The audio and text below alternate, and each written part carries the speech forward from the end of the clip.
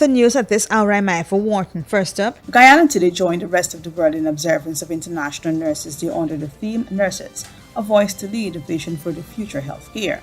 To this end, the President of the Guyana Public Service Union, Patrick Yard, in saluting nurses, pointed to their sterling contribution, especially during the COVID-19 pandemic.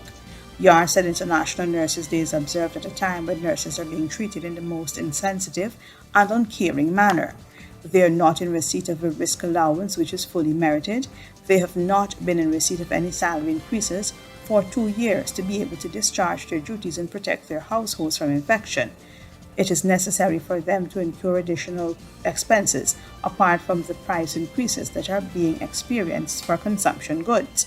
He then questioned why is it that nurses receive so little when so much is expected of them. This, he said, is a predicament nurses are currently faced with, and their employer, the government of Guyana, is fully aware of this crisis situation but chooses to do nothing to improve their livelihood and lives. Instead, there is a willful suffocation and persistent neglect for these most hard-working, life-saving, essential human resource personnel in the country. Yard said it is therefore imperative that the nursing personnel within the healthcare system in Guyana is given priority attention, and the Guyana Public Service Union calls on the government of Guyana to make sure adequate provisions for improved delivery of healthcare and the corresponding compensatory benefits. It is time, the GPSU president said, services nurses provide in saving lives, keeping hospitals and healthcare centers open, comfort to patients and reassurance to their families are priceless. Customs Anti-Narcotics Unit today issued a wanted bulletin for Omish Lakram, a 47-year-old man in connection with the discovery of 207 pounds of marijuana.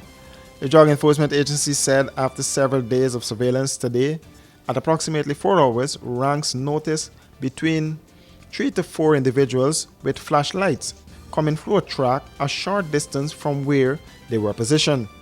The ranks also observed 2 lights on a vessel coming just off the shoreline. However, upon identifying themselves, the individuals scattered in different directions, leaving their packages. The Drug Enforcement Agency said ranks started on their trail. When ranks returned to the location, they found 4 bags with several parcels inside of them. The bags contained 80 parcels of marijuana that had a weight of 207 pounds. The investigation is continuing. Family violence is violence directed at another family member. It can be physical, verbal, sexual, and more. Family violence leads to despair, destruction, and death. It can happen to both men and especially women from any background. Children are especially vulnerable. And the stress and isolation due to the COVID-19 pandemic can increase family violence. Family violence is illegal in Guyana.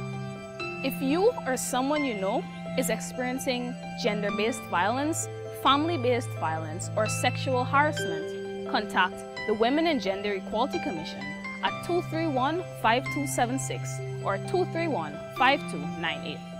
Or put an anonymous note in the post office boxes at the Guyana Human Rights Commission Building, the Guyana Post Office Corporation, the National Library, the Georgetown Public Hospital, and the University of Guyana. Range. Iman Cosmetics is for every woman and features a line of skincare products and cosmetics including 16 foundation shades, powder, concealer, lipstick, blush, eyeshadow, highlighter, and BB cream. Visit us at Lot 75, Swamp Section, Rosal Town. That's behind the market. Or call 337-4422 or 688-9249. Shh.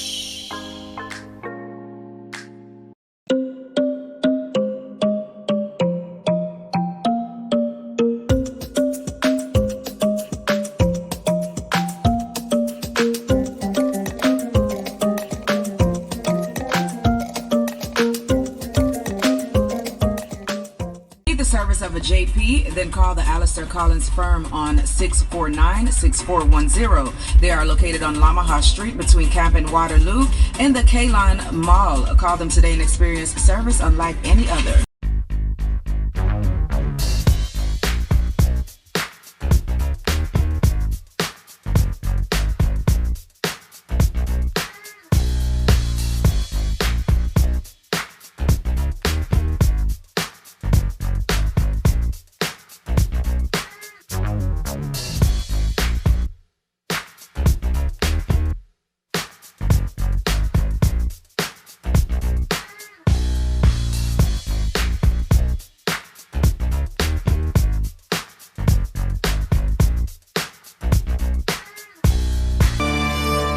The Chief Executive Officer of the Guyana Sugar Corporation, Sesnarayan Singh, said he is deeply concerned about the increasing number of employees across the industry who have tested positive for COVID-19.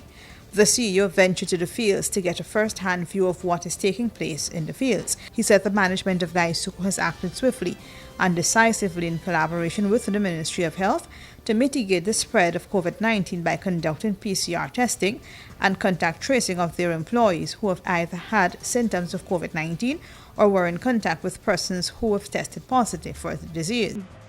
See what's the COVID situation with regards to whether people are wearing their masks and so forth on field, but secondly, to make sure that I can do what you call a monitoring and evaluation deep dive to understand what exactly is happening on the field in these conditions, not just listening to a report, but coming with your own eyes to be there on the ground to see what's happening. So I understand now when these reports are coming to me at headquarters, exactly the reality of the condition on the field. As part of the established protocols, GAISUCO continues to deploy professional sanitization teams to fumigate workplace areas, provide all protective gear including masks and sanitization materials for staff, ensure a socially distant work environment, and facilitate COVID-19 vaccination drives at all of its operations. The news is powered by Royce and Drake's production. For these and other stories, do visit our website at www.rdproductiongy.com.